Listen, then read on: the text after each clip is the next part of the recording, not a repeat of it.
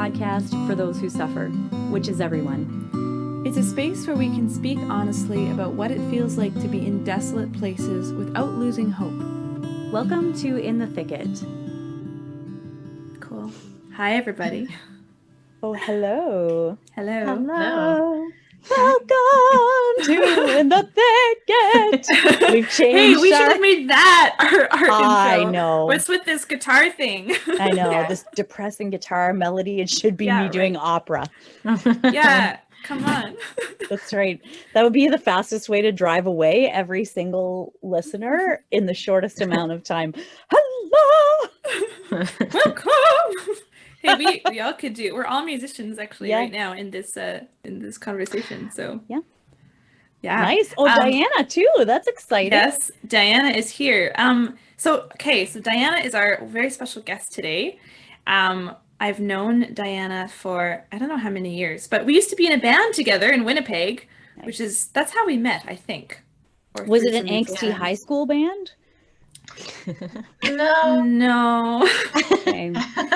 That's the kind of band that I was in high school. That's why I'm asking. Oh, okay. And you're just not, because you have to be like, hey, I was in a band too, so you're cool like us. Okay, yeah. I was in jazz band, guys, and concert. Me too. Yeah, me too. Wow. Yeah, I was very cool. Me too. Played depressing music and before the word emo existed, but that's what we were pretty much. So he played the theme from Rocky, so I don't think you can get cooler than that. I think that's pretty cool. That's pretty cool. That is pretty cool. Yeah, exactly. Oh man. Yeah. So today I'm excited to talk about, so last week we talked with Sister Mary Grace from the Sisters of Life on accompaniment in suffering. And so what is it like when we're walking alongside people who are going through something difficult? So that was such a great conversation. But I feel like the part that is a natural follow-up is not just how do we accompany people, but how do we not accompany people? Like what is not helpful and then what is helpful, like really practical things. Yeah. Totally. And so we'll be talking about that today a little bit, and Diana has some good insights. So Diana, why don't we just launch in and you can just tell us a little bit about your story and how you've become sort of an expert on this. It was actually cool. Just so you know, Diana, you are like immediately once we started talking about like what are the ways that we should not be jerks for other people who are suffering, your name was the first one. Yeah, Nicole was like, oh yes, we should talk to Diana because she can tell us all of the jerkish ways that people can be jerks. Not because she's a jerk, but anyways, and not. I mean, to clarify that. No, yeah. We say that in jest. Everybody is good, well-meaning people. That's but right. Yes, that's right. Sometimes well-meaning. We can even be not. More helpful. Yeah. Totally. We can all get it wrong sometimes, for sure. Yeah. Yes. Definitely. Yeah. So, I guess I'll just start by sharing, about my suffering story. When I was 24, so 10 years ago, I found a lump on my neck that ended up being a cancerous tumor in one of my salivary glands. So it's the size of a golf ball by the time they removed it. And I had no idea it was that big. It was just a small little lump when I had first noticed it. And so they did surgery to remove it. They felt like they got everything, so they didn't need to do any follow-up after that. And they kind of check you periodically for 5 years. And after 5 years, you're kind of cleared and good to go. And I think because I was so young at the time, I kind of was like, oh, okay, well, that's been done. It's kind of over. And I was working in ministry at the time. And so you kind of just had to put that aside and shelve it and continue on with what you're doing, because that's the good Christian thing to do. And so I kind of like put that in a little box on the shelf and kind of forgot about it until 2018 in the fall. I was at work and I just kind of felt my neck and noticed 2 small lumps kind of in the same area again. And I was like, oh, okay, I know what this feels like. And so I wasn't seeing my cancer care doctor anymore, but I called them right away and just said, hey, like I found something on my neck. I need to get it checked out. And so they had me in, and within a week I had a needle biopsy, a CT scan, and then a follow-up with the doctor. And the results were inconclusive. Unfortunately, they couldn't get a good sample, and so they said we should probably do surgery just to make sure. And I feel like for some reason this time it was different. Like it felt a little bit scarier, maybe because I was older. You know, I was 32, and things just kind of felt more difficult this time around. And part of the difficulty with the surgery is that there's a nerve in your neck that controls the muscle movement on this side of your face. And so if they were to nick that nerve, then I potentially wouldn't be able to smile ever again. And so, Wow. yeah, as a 32-year-old single woman, you're like, okay, like if I can't smile, how am I ever going to meet somebody, you know, or like things like that, that you're like, there's lots of implications, you know, not just the scariness of the cancer word, but like, you know, my face could be deformed for the rest of my life. So, yeah, I went into the surgery, and my family all lives in Victoria. And so I had also just moved out of a living situation where, you know, I was living kind of in a community with 2 other girls, and just recently moved, and it was totally not the same. And so I just felt very alone and kind of isolated in the situation. And yeah, it was just a lot of unknowns, and the surgery went well. But then after they said, well, you know, we can't really tell you what you should do at this point, because we can't say whether doing radiation would be helpful or not. So it's up to you. And I'm like, oh, great. I hate making decisions on the best day, you know, and here I am like, and she's like, well, there's no wrong decision. And then I said to her, well, yeah, but there's no right decision. Like, Yeah. So they left me with kind of that decision to have radiation or not as a follow-up. And it was just kind of a very dark, kind of depressing time, because I felt very alone in that decision, because it was my decision to make at the end of the day. And yeah, it just, the whole thing felt a lot more difficult and a lot different than I think my first experience with the cancer. So yeah. Wow.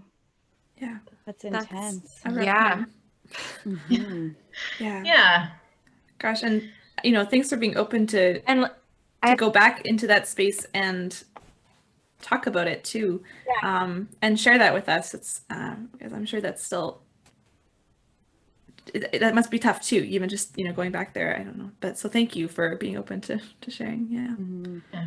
Yeah. And I think that was like the thing that brought you to mind for Nicole, was especially during that, because there's some suffering that's like, you know, everybody goes through suffering and kind of the more typical things, but then there's some things that are just more profound fundamentally to, you know, to life and to experience and things like that. But especially in the in the experience of other people, you know, like the relationship with other people. And I was we were talking about this before, and I was saying like that's been kind of my experience in the past, you know, year and a half or something. And like recently I left my job because I'm not able to work full time anymore and all those kind of things. And it was even interesting to see like the emails and stuff that people sent me, like beautiful emails, or, you know, offers to meet up or things like that. But there was one email that stood out, and it was from somebody that I've known for a while. And the email was basically saying like, I'm praying for you. You know, it's sad to hear this, but you know, I'll keep you in my prayers, and don't worry about responding to this email. And that, like, just that one thing, I was like, I felt so loved in that, because I was like, oh, you are thinking about me from my perspective right now and what might be best for me, as opposed to like, I don't know, how to end our relationship well, or how to, you know, things like that. So yeah, so that's been part of my experience. But we're curious, if you can share some of what you found when you were going through all of that, like things that were helpful or not helpful. Yeah. Well, I think definitely, you know, having people just reach out. I had a friend whose husband was going through a really serious cancer diagnosis as well. And, you know, you feel a bit sheepish almost, like, you know, if you kind of compare your experience to other people and say, well, it's not that bad, you know, like I don't have breast cancer, you know, I haven't, like, there's a lot of comparison that goes on. But I remember she texted me the morning of my surgery and just saying, hey, I'm praying for you, I'm thinking about you. I'm like, wow, you know, she's going through something, you know, quite significant. And she took the time to really, just send a simple text just saying, hey, I love you, thinking about you, praying for you. I think it was, sometimes it's surprising the people that show up and the people that, you're kind of like, oh, I would have expected you maybe to reach out. Not that you keep like a list of people that didn't, reach out with you or whatever, Sure. but people that I didn't expect, like my coach at the gym, she stopped by and brought me flowers and a meal, I'm like, wow, like the last person I would expect, to show up, came and just wanted to show her love and support. And so I think it's sometimes, we think that we need to have like grand gestures and things like that, but it's just sometimes the little thing of like reaching out with a text or a phone call, just so that you know that you're not alone in the situation, I think was huge for me, because I felt very alone. I think in my situation, I felt like it was just me kind of going through this, and it is like, it's your experience and no one else can really lift you out of that except God. But in terms of relationships with people, like, you're at the end of the day, you go home and you go to bed, and that's it. It's you. But I think people generally responded pretty well and were very supportive. So I was very thankful for friends that did that. So yeah, what's coming to mind is that I think that suffering can be a really isolating experience. And you mentioned a couple of things that I thought were really important. One is that comparison that goes on, well, it could be worse, and which a lot of it is you're trying to keep positive and keep hopeful, right? Or you look at or you feel like, okay, this person is really suffering, and but I'm also like, anyway, any type of comparison is perhaps it can happen, right? Because you're alone, you're trying to figure out where am I, where am I in this, and how powerful it is to have somebody who can come and just say, hey, I'm here. I don't really know what to do and I can't help you, but I'm with you somehow, right? Yeah. It's such a beautiful thing. Like, I don't know, it's so funny because there's so, like, everybody, I don't think anybody approaches somebody who's suffering and is like, how can I make this worse? Like, how can I pile on and do something that's not helpful? Like, it's like, there's nothing like that. But I think sometimes people don't really realize that maybe like saying something like, oh, like even nice things like, the Lord is with you in this, or it could be so much worse, or it could, like, things like that are not actually helpful to hear, when you're suffering, or even something like, even the ability to put yourself in another's shoes, like to think about, okay, like, what is the case for this person right now, and what might be not good for them, or not easy for them to do. Like, if somebody is going through chemotherapy, for example, probably having a 4-hour visit with somebody is not what they need. Like, they need to sleep and they need to have a casserole that they can stick in the oven. Like, so but it's so, yeah, I mean, how do we get from that place? Like, if you're accompanying somebody who's suffering, how do you get from that place of thinking about the typical things that you might do for like a friend or something like that? Like, how does that change for somebody who you're trying to walk with when they're suffering? Do you know what I mean? Like, what kind of things do we have to think about? Well, I think sometimes we, like, when we experience or see somebody who's suffering, we, like, our initial reaction is we want to fix it. It's like, oh, I want to fix your pain. I want to help you. And so that's usually when we end up saying things that maybe aren't entirely helpful. Like, everything happens for a reason is a, classic kind of Christianese kind of thing. Like, and God does use suffering to change us and do some good things, but that's not exactly what you're thinking about in the moment when you're suffering. And so I think instead of like immediately jumping to try to fix and like, offer a solution, oh, well, have you tried this? Or maybe you should try that. Or like, what about these holistic things, that, like, and maybe that's helped you in your experience, like maybe that's been good for you, and maybe that's been good for somebody that but maybe that's not good for the person that you're talking to. And so instead of jumping to try and fix, I think even just listening and just saying, hey, what do you need right now? I think asking, what can I do for you? What is, something that you need today? I think asking rather than trying to immediately trying to fix is sometimes the better option. Yeah. Mm-hmm.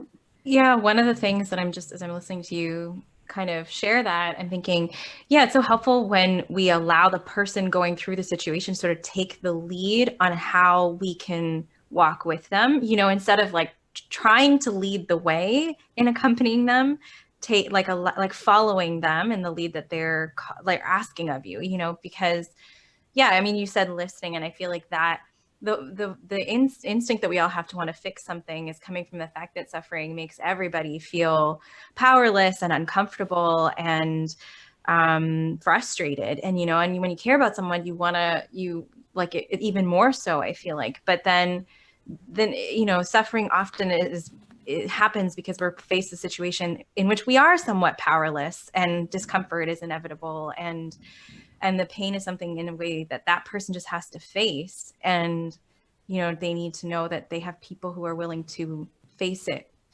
with them. And sort of they have to take the lead on how they want to orient themselves to that situation, which is so powerful. It's a hard thing to do, though. Yeah. Yeah. And I think that, like Diana, what you're saying, our first instinct is often to want to fix it. And it's coming from a good place with like, oh my gosh, this person is going through this really tough thing, and I want to make it better, and okay, I remember when my mom was going through her illness. She was sick a few years ago. She's better now. But yeah, there's so many folks who, God bless them, had all kinds of ideas of different holistic things and doctors and different things that could help. And it was very overwhelming for my mom and all these things. Or when she was in the hospital and people would come and say, hey, we came and we like to, they'd have an idea of how they wanted to spend their time with her. And often it was doing some sort of specific prayer or things. And of course, like well-intentioned, but for her, she didn't have, like her body was tired. She could maybe handle a 5-minute visit. And so then she had to spend the energy kind of saying gently, I'm sorry, that's, thank you so much, but you can pray for me, but I have to nap now or whatever. And so I think one of the things that maybe I wonder if you had some insight on is, okay, so let's say, so there's the side of this of, okay, what can people, what can our listeners, if they know someone who's suffering and they want to support them, we've kind of talked about some ideas of what to do and what not to do. But for the person who is suffering and has people coming to them and really wanting to be there and wanting to help and maybe not approaching it in the best way, what is a good way to respond to that? Because that can be really challenging and tiring, I think. Yeah, for sure.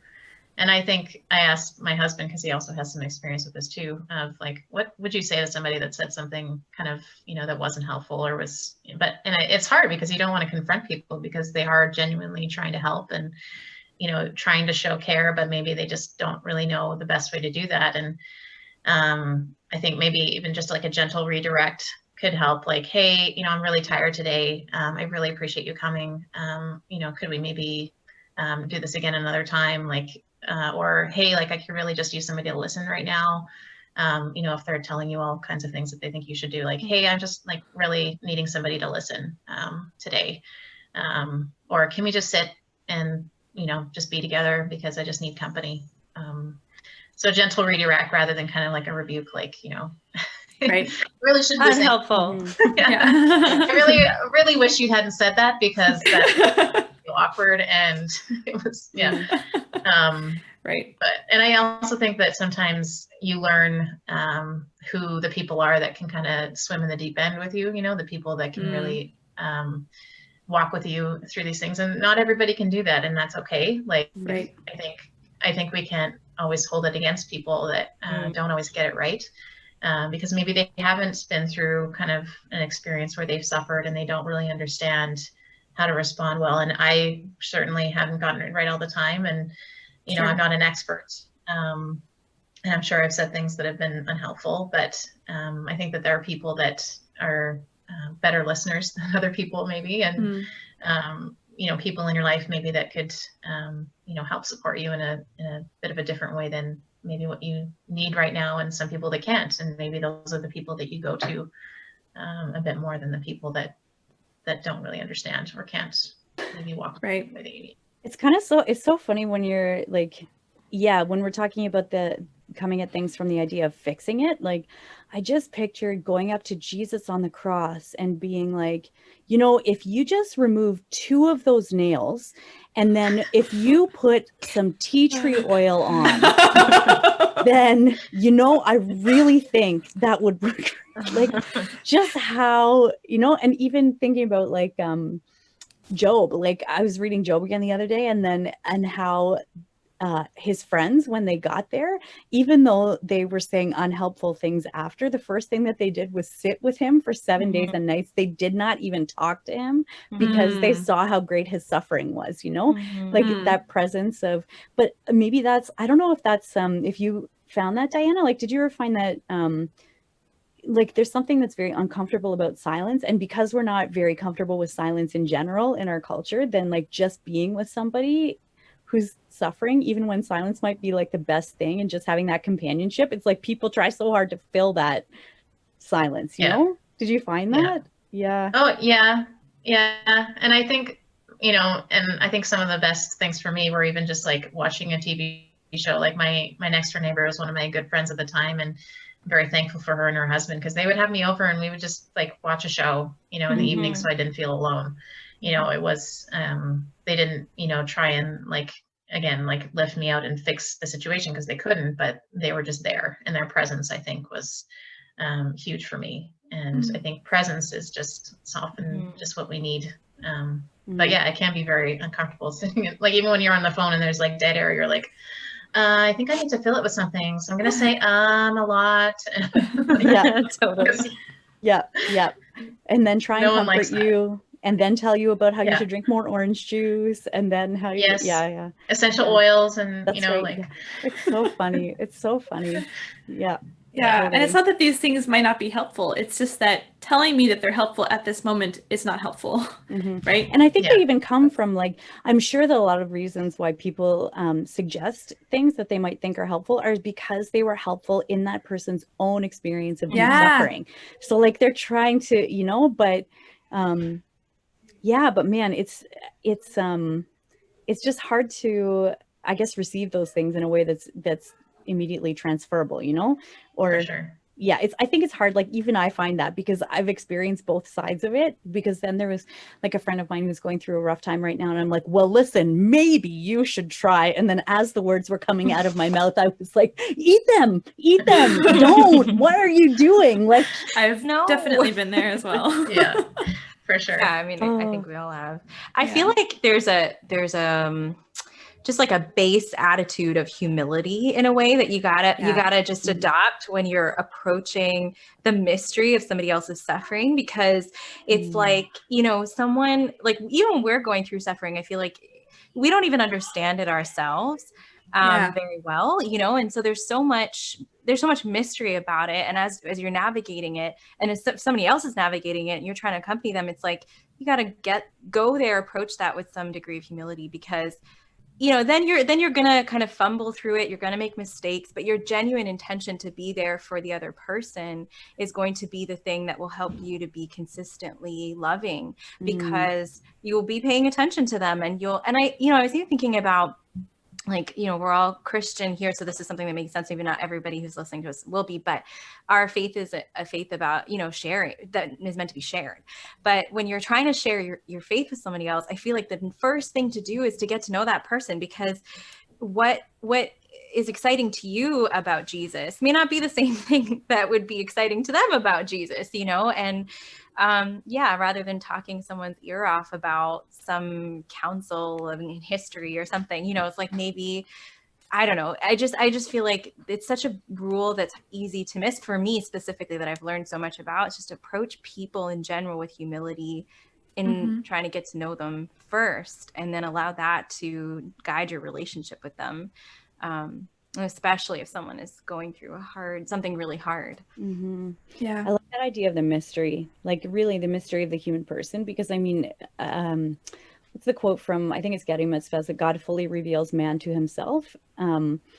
but like, yeah, that, I mean, only the Father, like only Jesus knows, only God knows the depths of our hearts, you know, more so even than we do. So to think that then somehow we could approach somebody else and know the depth of their experience or their heart, like is so Foolish. yeah, really, like, man, it really is. And even in like John Paul II's the encyclical on human suffering, Salve Fici Doloris, I always am wondering if I'm pronouncing that right, but I don't even care, whatever. So even that, like, yeah, that's one of the things that he talks about is like, even though he's explaining in the encyclical the meaning of human suffering, he's also talking about the mystery of human suffering and how unexplainable it is fundamentally. And Yeah. it's like, you know? Yeah. Well, it's awkward. It's something that's unfamiliar, and each person's suffering is different. And so we don't know how to approach it. I remember hearing a story once that really stuck with me about, it was somebody who was going through something really, really difficult. And they were talking about this whole thing of what was helpful and what meant a lot to them and what was not as helpful and all of this stuff. They said the things that they really appreciated were people who came by and knocked on the door and then awkwardly stood there not saying anything and just said, I don't really know what to do. I just want you to know that I'm here. And it's awkward and they didn't know what to say. And they said that like on the receiving end that meant so much, because that's like a truthful thing to do, is to say, I don't really understand this, and maybe you don't really understand this, and I don't know what to do, but I'm here. So, you know, so being able to sit with that awkwardness and I think is also a really beautiful thing, right? To enter into that with somebody and be like, that's okay. I don't have to know how to help you, but I'll still show up. Yeah. I think it's like a humility thing all around, because even in the experience of like, if you're the one who's receiving, like trying to receive the love of another person in a time of suffering, then there's even a huge humility in being able to say like, I can't, like, I would love to be with you right now, but I cannot move, or I cannot, like, I just can't be in a conversation, or I can't be, you know. And it's like very humbling to say that, especially because you're even encountering somebody else's pain and your own pain, like the pain of them seeing you suffer, and you're encountering their pain for your pain. And then it's just like an exchange of pain that nobody really knows what to do in, you know? Yeah. So uplifting. Like it's just an exchange of eternal pain. Well, one thing that I've that's been so beautiful in knowing you, Diana, is to know that you had some beautiful things come out of your story and your suffering. And I wonder if you could share that with us as well. Yeah. So I had surgery in September, and then kind of that winter and spring were really obviously hard. And but it was also a time where I actually really met with the Lord, and there was a real closeness with him in that. And it was a really beautiful time of just intimacy with God. I kind of came to the place where I'm like, I have nothing left. Like, it's me and you.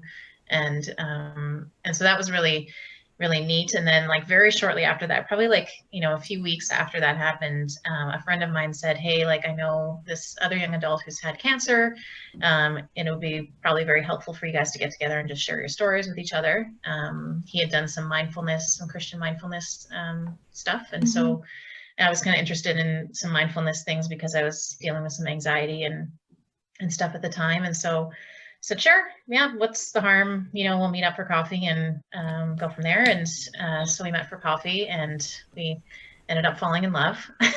I was like, I know where this is going. Yeah. And it was neat because like he had, so his story, he had a cancerous brain tumor on his brainstem, and when he was 21, and like could have died very easily because there was pressure built up in his brain from brain fluid that had built up there because of the tumor. And he had to do chemo and radiation and surgery, but he was healed completely. The doctors like couldn't find any scar tissue or any presence of the tumor having ever been there, which is really neat. Yeah. But it left like it leaves kind of emotional scars behind, right? Like of, almost dying, and like, there's a lot of stuff to kind of go through. It's not just like you're healed and you're done. So when we met, like, it was really neat just to be able to say like, hey, this is what I'm going through. And he's like, yeah, I totally understand that. And like, I would ask him like, hey, like, did you ever experience this? Or is this something that you think about? He's like, yeah, all the time. Like, and he was, he was a great listener. And I just felt immediately like we had known each other for a year or 2 years. Like it didn't feel like we had just met for the first time, because we had a kind of shared experience of having gone through something. Obviously, I kind of compared our situations at the time too. I'm like, mine wasn't nearly as bad as yours, like, and he's like, no, it's not about comparing, like suffering is suffering. He said that to me, and I was like, yeah, that's true. So he had a lot of wisdom to share with me about that, and we just hit it off, and now we're married, and that's beautiful. great. Yeah, that is so cool. That is so cool. And there's been no suffering since. Well, we got married in the middle of COVID in March 28th. Oh, wow. So Oh my gosh, that's really recent. Oh yeah. Wow. Yeah, so that was hard too, but yeah. But it's yeah, but I think having also experienced some things in the past, what's important, I think, at the end of the day. It's like, okay, it's a wedding day. What's more important? The marriage, and our relationship with each other. And we just wanted to be together. And, we knew that, having kind of had these experiences, life is short and you don't know, what tomorrow brings. And so I think that helped with perspective for sure. It really and is helps funny. with perspective. Yeah. Like it's very beautiful. funny when you say like even the being able to share that experience with somebody who had like a similar experience, it's like there's again this person who is kind of going through something quite similar to what I'm experiencing right now.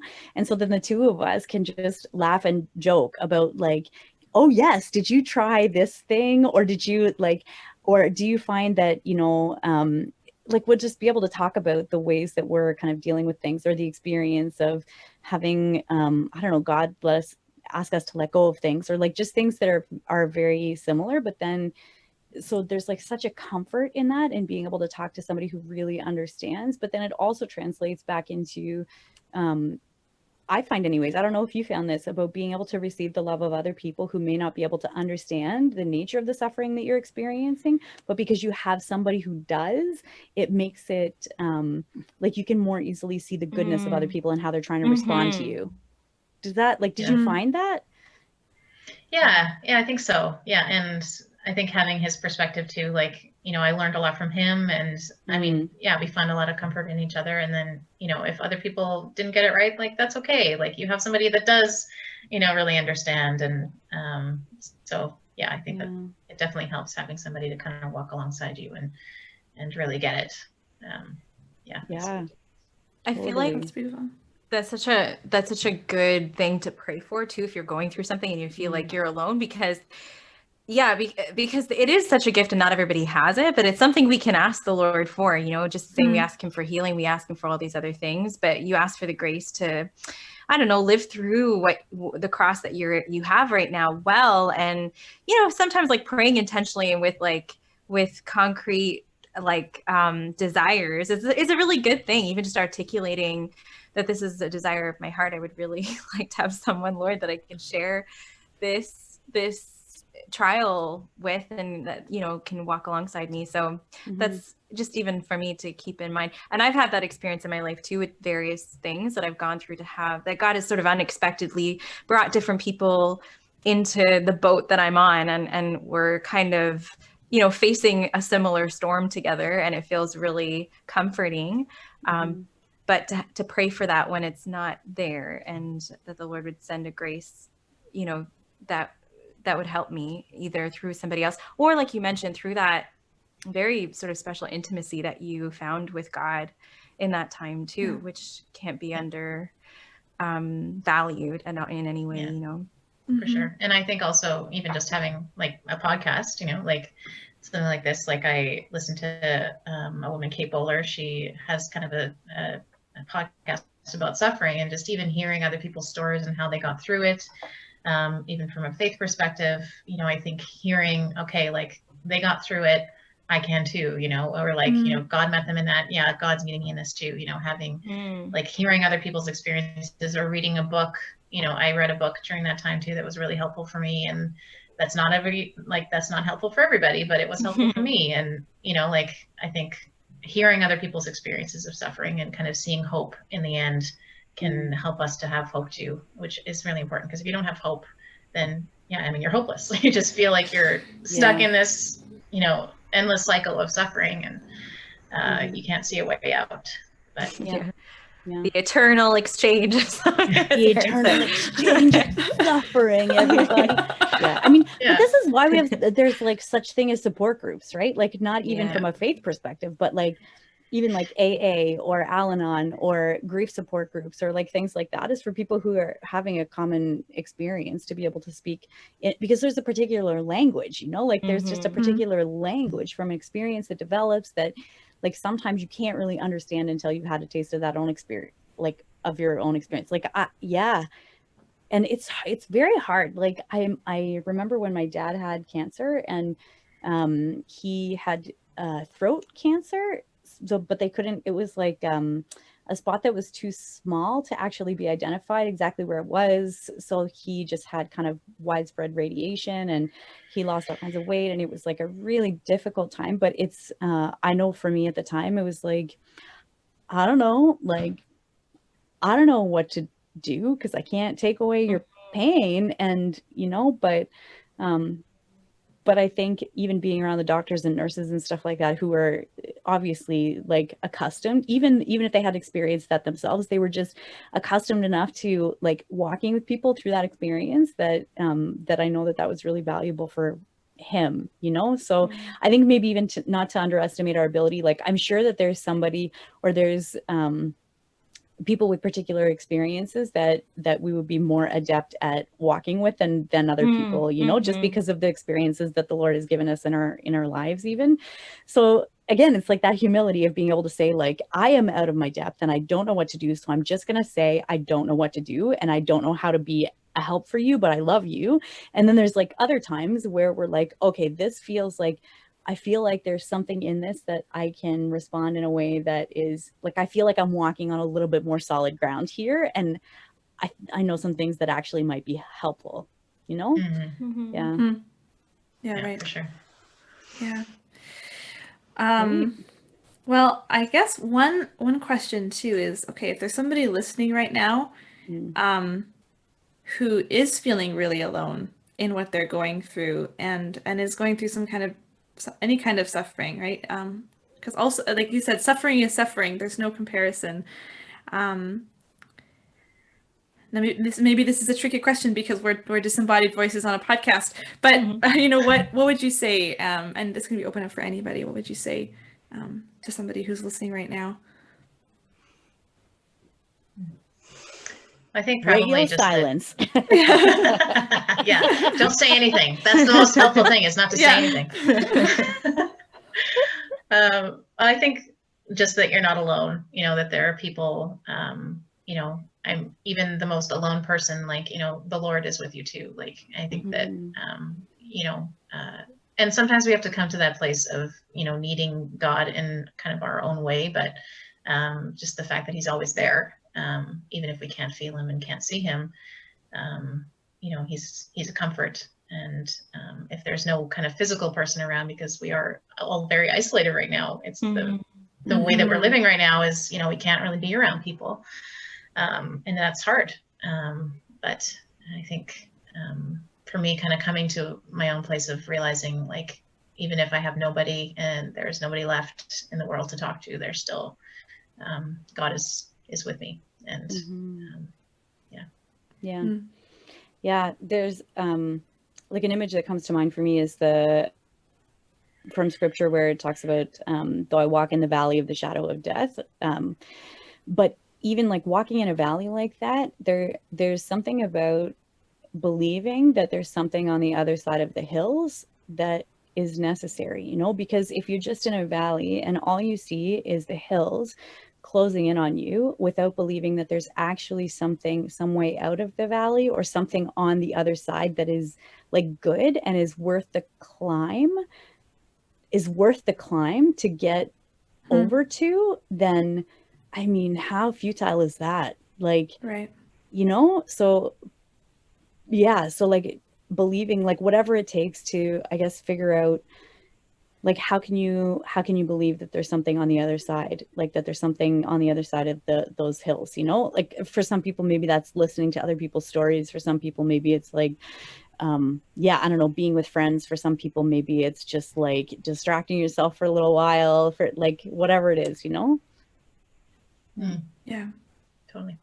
Yeah, no, I'm just kind of reflecting on everything you've shared, Diana. I so appreciate it. I feel like it's just so powerful to hear, like you said, someone else's experiences with suffering and how, you know, you lived through it and you're living, you know, maybe even still there's things that you're working through or whatever, and then you have the Lord with you in that kind of way. And so just seeking the company of God. So I think my advice would be in seeking the company of God, at least for myself, I've said this before, I feel like it's going to be my repeat, no matter what question we have, I'm going to say it on every podcast, but just to be honest with the Lord, to be really, really brutally honest with him and not to hide, you know, because I feel like we have a voice that we sometimes bring up as like our, in quotes, prayer voice. And, you know, through things that I've been through in my life, I just found that you get to a point where you just need to kind of chuck out the prayer voice and just be real and honest with the Lord, because that's where he wants to meet you. So, you know, just make a prayer that just comes from whatever the most raw place is from inside of you, and speak to the Lord from there. Yeah, for sure. Beautiful. Yeah. Beautiful. Well, at the Should we end do of our at the end Yes, of our God podcast, we winks. always do God weeks. So for those of you who maybe this is perhaps the first time you've listened to the podcast, God winks are those moments where something happens unexpectedly. God shows up unexpectedly in your life in a way that perhaps makes you laugh or lightens things a little bit. And we each share something of that. So who has a God wink they would like to share? Oh, I can go first. I got an immediate one. So, in kind of leaving this job at the Newman Center where I've been over the past like number of months, I bought a Word on Fire Bible for my sister. And I was thinking when I bought it, I was like, it's so beautiful. Like I want to buy one, but oh gosh, I just bought another Bible recently. I don't really need it, so I'm not going to do it. So then I bought my dad one for his birthday because I was like, well, I mean, who doesn't need a Word on Fire Bible? And I was like, I should buy one for myself. And then I was like, no, don't do it, Erin. Anyways, I wanted one of these things because they're so beautiful. And I love Bishop Barron and all the commentaries from the fathers. I'm like, how good is this? Anyways, but I'm like, okay, I'm not going to buy that now, Lord. But then because I was leaving Newman, there's this beautiful woman who's part of the community. And she sent me a message and she left me like a gift on my door, and I opened it. And it is not only a Word on Fire Bible, it is the leather bound, beautiful copy of the Word on Fire Bible. And I was like, Lord, how do you work through the inspirations that you give to other people that you are loving me in this specific a way? And now I have it, you know? That is so awesome. I know. It was so That's good. great. I'm so excited. Cool. That's amazing. That's amazing. I love it. Me too. I have one. I have actually lots from this week. Couple of weeks has been full of God winks for me, but the one I'm actually going to bring up is, these girls know about one of the ones I have, but this is a different one. It's you guys know who know me well that I watch a lot of YouTube and Netflix and all that stuff. So I was on one of my YouTube like rabbit holes, and I was watching this channel. It's called SBSK, Special Books by Special Kids, and it's like a secular channel where they interview a lot of people with just really out of the way disorders, and some more common, and just talk about their life experiences and stuff like that. And I just find it really insightful and enlightening and just kind of really beautiful sometimes. So one of the episodes of this family who adopted all these different kids with varying levels of like a lot of them have Down syndrome, things like that. And one of their children He is so awesome. His reward, like the guy who's running the channel said to him, like, hey, listen, I really want to be your friend. Like, what do I need to do to be your friend? And the kid goes, you need to have a red key. And he's like, why do I need to have a red key? And the mother is like, oh, you need to have a red key because he loves the treadmill, and we have a treadmill, and the key to the treadmill is a red key. And she's like, this is the only kid in the world. Like, his reward for everything is time on the treadmill. That's amazing. That's his reward. And I was like, that is so cool. It's like, Lord, why did you not give me that desire? Like, why do I not want to run on the treadmill as my reward for everything that I want to do? So I just thought, and like, it was so cute all the way through the interview. He was talking about how much he loves the treadmill, and like, he just wants to be running all the time. And I was like, well, you know, I need to think about the things that bring me joy and just take more pleasure in some of those more simple moments. And lots of simple things bring me joy. But yeah, That's just beautiful. loved it. That is great. That is great. awesome. Yeah, I've definitely had a number of moments like that this week, but I think the one that is coming to mind is just in the last few days, some things that I've been sorting through and thinking about, having a couple people in my life who have had almost identical experiences and with whom I can talk and laugh about everything, and just who are with me. And so there's this feeling like, okay, I'm still sorting through stuff, but I'm really not alone in that. And just the gift that is, the incredible gift. And so, yeah, I think that's been a very strong thing. And yeah, just moments of like laughter, like belly laughter in the midst of feeling kind of other stuff, but just these moments of joy, and that coming because of people who've been through the same thing, and and know that like, hey, it's okay, it's going to be okay. So being really grateful for that. Nice. Yeah. I have one too, actually. Awesome. Great. Yeah. So during this kind of time of COVID, I got into bird watching. Yeah, super cool, right? I'm into great. walking and bird watching. So, I'm like 60, whatever. So my husband and I, we went for a walk at Bird's Hill, and I had heard that in this certain section of this trail, if you put out your hand, then the chickadees will come and actually land in your hand. And so I hadn't actually told him this, but I was like, let's just try putting out our hands. He's like, yeah, okay, like a bird's gonna come land on my hand. And sure enough, like we put out our hands and these chickadees landed on our hands. No. And it was so cool because like I've kind of fallen in love with birds. It's a little bit weird, but like they're beautiful, and like I just like there's so many different kinds, and God's creation is just so cool to witness and see. And then there's one little chickadee just on my hand and just looking around, and I'm like, okay, God, like I love so that. That's cool. cool. That's so cool. Yeah. Beautiful. So That's yeah, they so landed funny. on like his head first, and then both of his hands, and he's like, oh, this is so cool. That's so great. That is great. The pastor here at the Newman Center, he just got a bird a little while ago, and he's trying to teach it to talk because apparently it's one of the birds that can talk. So he just all the time is like, Jesus is Lord, Jesus is Lord, Jesus is Lord, to the bird, hoping that eventually the bird will say it. That's amazing. Can you imagine if you were a student walking in and there was a bird and it's just Jesus like, is Lord. Yeah. Like what is this place? That's right. Yeah. That is great. There's It's like also, a good burglar alarm. Oh, that's true. Yeah. There's also a movie I watched on a plane a long time ago with Jack Black randomly. Yeah. Have you seen that movie? It's a bird watching. Totally. I can't remember what it is, but it's Yeah. so good. Oh. Like, It is.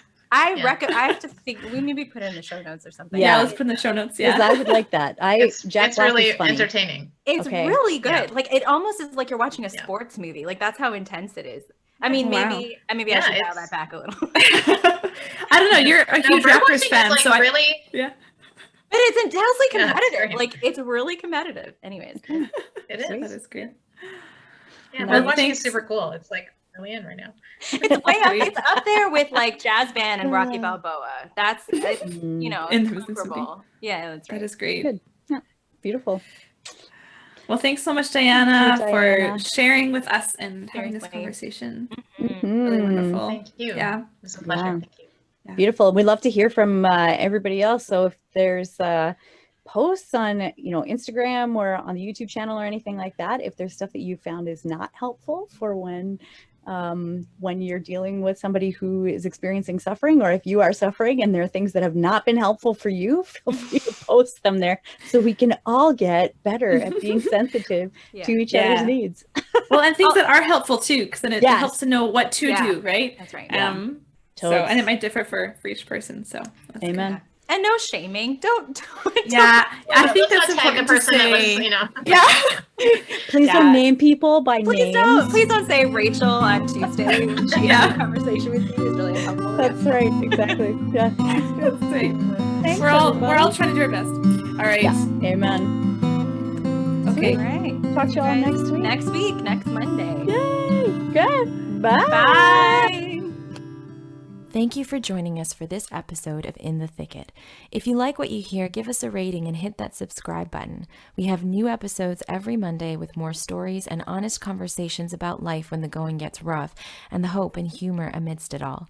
We'd love for you to join our community on Instagram and Facebook at In the Thicket Podcast.